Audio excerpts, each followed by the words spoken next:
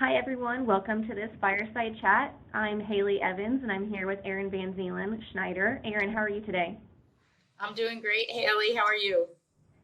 I'm good. I'm good. Thanks. Erin, we first met about a year and a half ago in January up in Green Bay, and we had a handful of Texans up there who were severely underprepared for that weather. But we were greeted by a very warm welcome by the Schneider team. So it's great to see you again, and thanks for sitting down with me.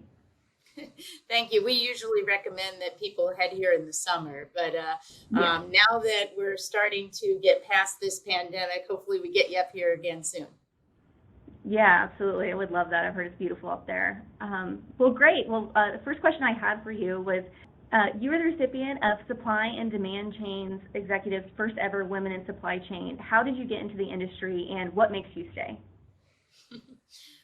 Haley, I was a student at Penn State, and Schneider was coming on campus, and they must not have had enough candidates to interview. So they ended up going through the Hub resume books, and they asked me to come and interview with them. And for me, it was interview practice. I didn't know anything about trucking and transportation and logistics at that point.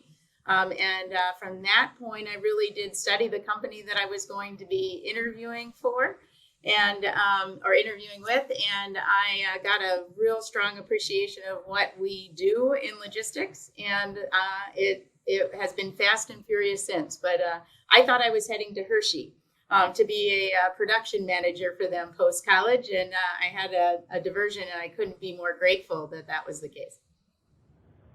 Yeah, that's awesome. So what do you love about the industry? One, it's vital. So everything that we enjoy other than people and relationships gets to us via a truck at some point. So it's completely vital. It's very fast paced. It's incredibly solutions oriented tech, tech savvy, tech important, but it's really based on relationships. And so seeking to understand what the company is trying to accomplish and then helping bring together solutions that help them be successful. And so I really have loved how it has evolved and really how it critical is to our economy and to people's lives everywhere. Yeah, absolutely. I would echo that. I'm relatively new to the industry. I started at TriumphPay just about 2 years ago, and what I found is people are incredibly warm, incredibly helpful and inviting, and everyone just really cares about helping others, doing a great job, and improving their businesses. I think it's been amazing the technology we've seen enter the industry over the last couple of years, and people are really passionate about serving their customers well and then serving their carriers well, which it's been great as a newcomer to the industry to see that. We're glad you came into the industry, Haley. Well, thanks. So, as someone who's relatively new to this industry, you've held a variety of roles at Schneider. So, what advice do you have for someone who wants to grow and advance their career here? Yeah, I think the first thing to understand is when you are looking at coming into an industry or into a company, you want to work for a great company where you can see yourself growing and expanding. I think you want to look for a company that has people that have all kinds of experience and people that you know would be willing to invest in you. And so I think it's really important to be interviewing the company as much as you're being interviewed so you can determine, is it a great fit? Am I able to have a prosperous and a fulfilling career in this industry and in this business? And that has been the case for me. But I do think it's really important to be thinking about what is the current state of the company, what's the future vision, and does that align with the kind of work that you want to do and who you'd want to do it with. Yeah, absolutely. I think that's one thing that people miss a lot when they go into interviews, right? Like they're so focused on presenting themselves well that they don't really take a step back and think, oh, do I want to spend, my time here? Do I really see myself here? Is this a good fit for me? And I think it's really important to assess as well. Yeah. So, going back to the industry and how it's changed and it's quickly changing in terms of people coming into the industry, technology coming into the industry, how do you think about hiring for your team? Yeah, I love this question. I think the most important decision that any leader has is in making a decision to hire a person and hire well. And so we spend a lot of time in recruiting and understanding the candidate pools that we have an opportunity to meet with and make sure that we are purposeful and have a plan around what we're looking for, both in its skill sets and experiences and those types of things. But even in this, I think I'll take it a little bit different way. From the industry is changing in the demographic of the people that we work with. So it is becoming more diverse, and that's a terrific thing. And so from our standpoint, we recognize that we want to be diverse throughout the organization at every level.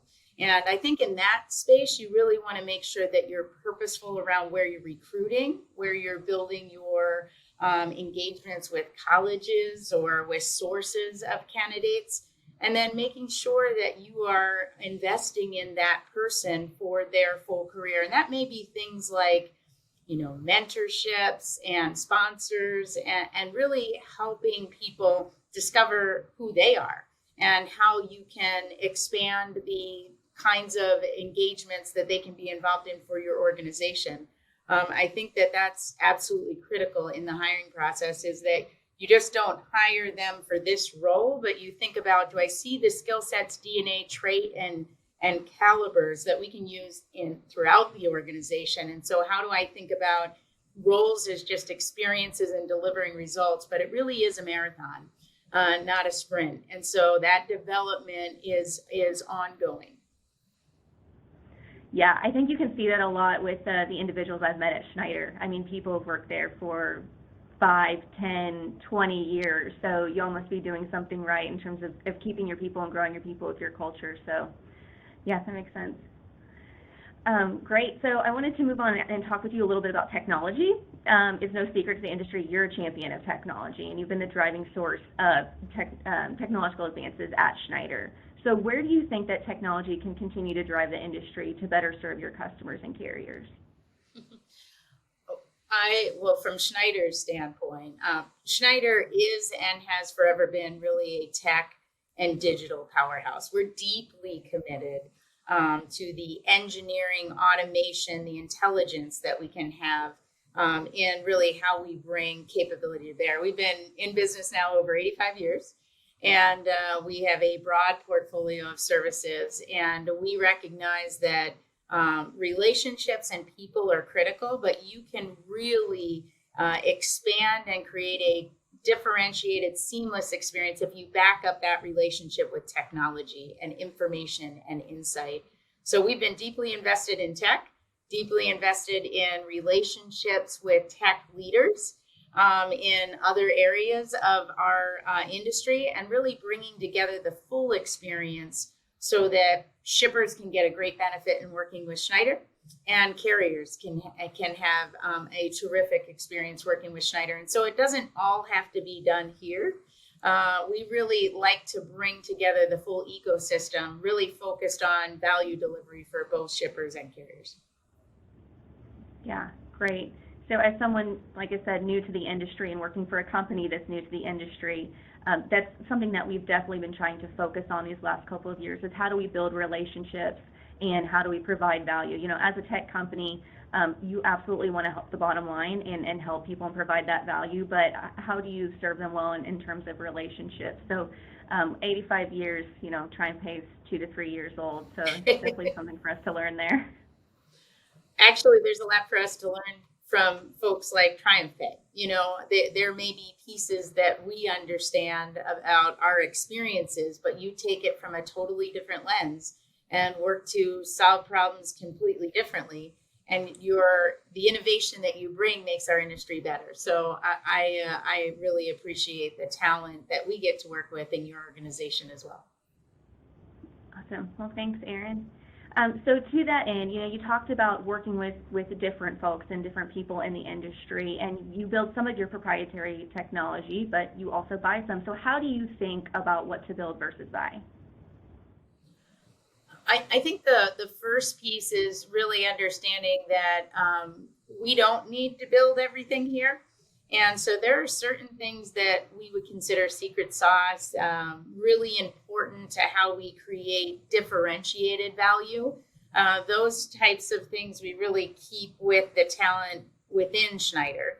But there's a lot of areas that we wouldn't want to invest in to make a superior product where folks like you can come into the industry and really look at what you're trying to accomplish in the carrier pay space and the visibility to payments and those types of things. And so we just stay very close to who's out there, what are they doing, what kind of value do they have, and are they really helping people we care about? Are they really helping solve business problems for carriers? Are they really helping solve business problems for shippers? And can they do it better than we could? And so we really look at that and try and be agnostic to the answer and go through the discovery process and determine, are we better off working with them or doing it ourselves? And oftentimes we find really bringing together leading providers that can help us complete out what we want to do for our shippers and carriers is really the best way forward. The best ROI and really just easier to work with for our shippers and our carriers. So I think we're very purposeful around what we do ourselves and what we do with others. But I also believe that it's about knowing the tools, technologies, and caliber of people, because when you bring somebody into your ecosystem, you got to make sure that they are enhancing your brand. And that's a big part of what we go through in that evaluation process as well. Yeah, that's a really great point. A mentor of mine gave me a book, Good to Great. I'm not sure if you're familiar with it, but there's a point in there that it talks about, like, what can you be the best in the world at? And go and focus on that. And it sounds like Schneider's identified that, and we can go and be the best broker in the world. And who else do we need to partner with to bring other tools and resources in to help us do that if we can't or if we shouldn't do it ourselves, because it takes away from our focus. Haley, when I came to Schneider, Don Schneider was the president and CEO of Schneider, and the first book that he talked about and gave everyone was Good to Great. Great, yeah. Yeah, I love that book. I'm constantly highlighting it, going back and rereading what I've read, just to help me, focus, because there's so many different things that you can do in a day, right? So trying to stay focused on what you need to do and what's going to help not only you drive yourself forward, but your company and everyone that you serve. It's really easy to get distracted, especially today. So a couple last questions. We've seen a lot of new technology enter the industry in the last couple of years. So what do you think are the three greatest challenges that freight brokerage in the 3PL industry will face over the next 5 to 10 years? I'm part of a transportation and logistics company, and I think the biggest challenge for the industry is having enough professional drivers in order to move all the product that needs to get to market, and making sure that that is a great investment for an individual to determine to kind of leave their house and go and drive over the road.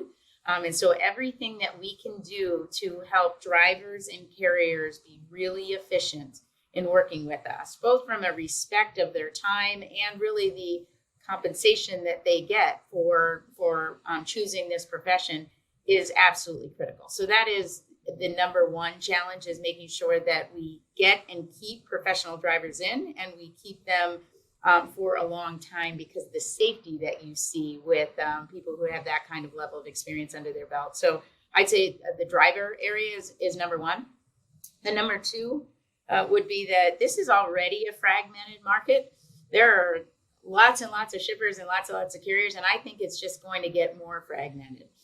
So as you think about even just one trucking companies, we see the long tail of the market, carriers that have between, let's say, 5 or less trucks is 80+% of the marketplace, and it continues to grow.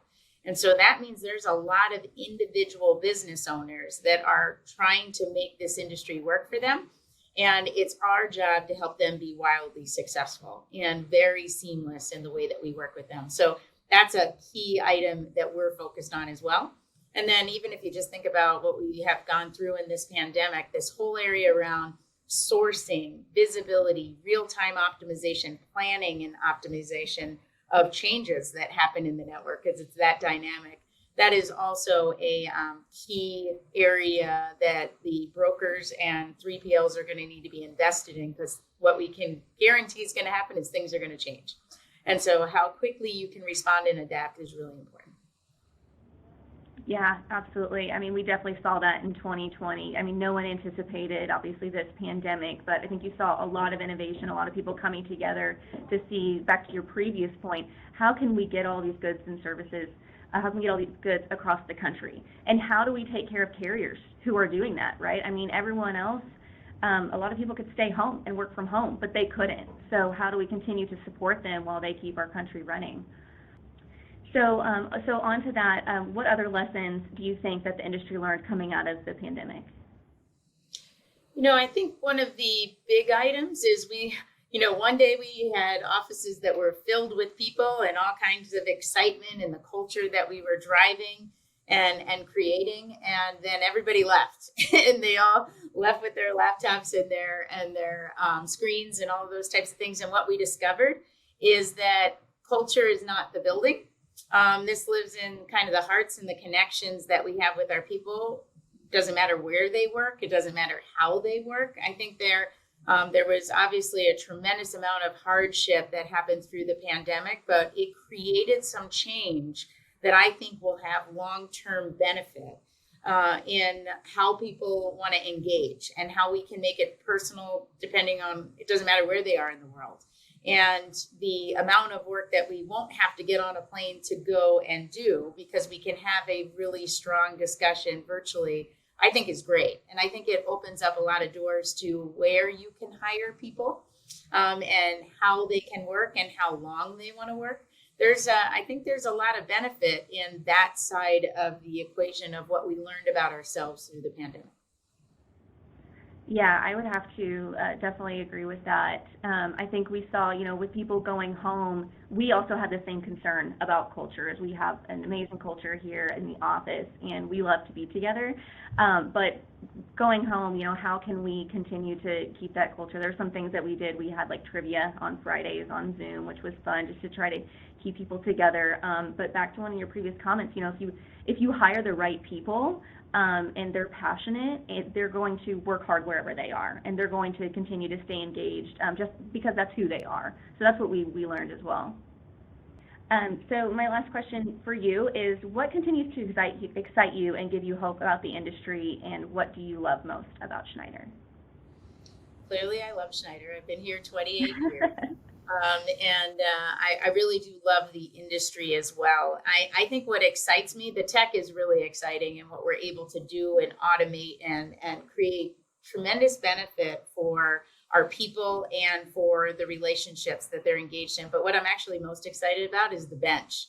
So the people that we have hired, the people that will replace us, what their experiences are and how we've been building into them, so they'll lead the organization one day to great strength and opportunity and an incredible benefit to the industry. So I think that investment in the future talent and what they're excited about, motivated about, and what they're going to be able to accomplish, I'm thrilled that we have this bench and that we as an industry are invested in new people coming into the industry and giving them that broad understanding of how we create solutions to, again, enhance lives everywhere.